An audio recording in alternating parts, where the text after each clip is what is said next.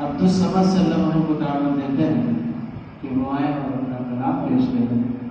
اس کے بعد حافظ عمران صاحب کو دل ذہن میں دی جائے گی جب تک وہ انتخاب کر رہے ہیں کیا سنانا ہے.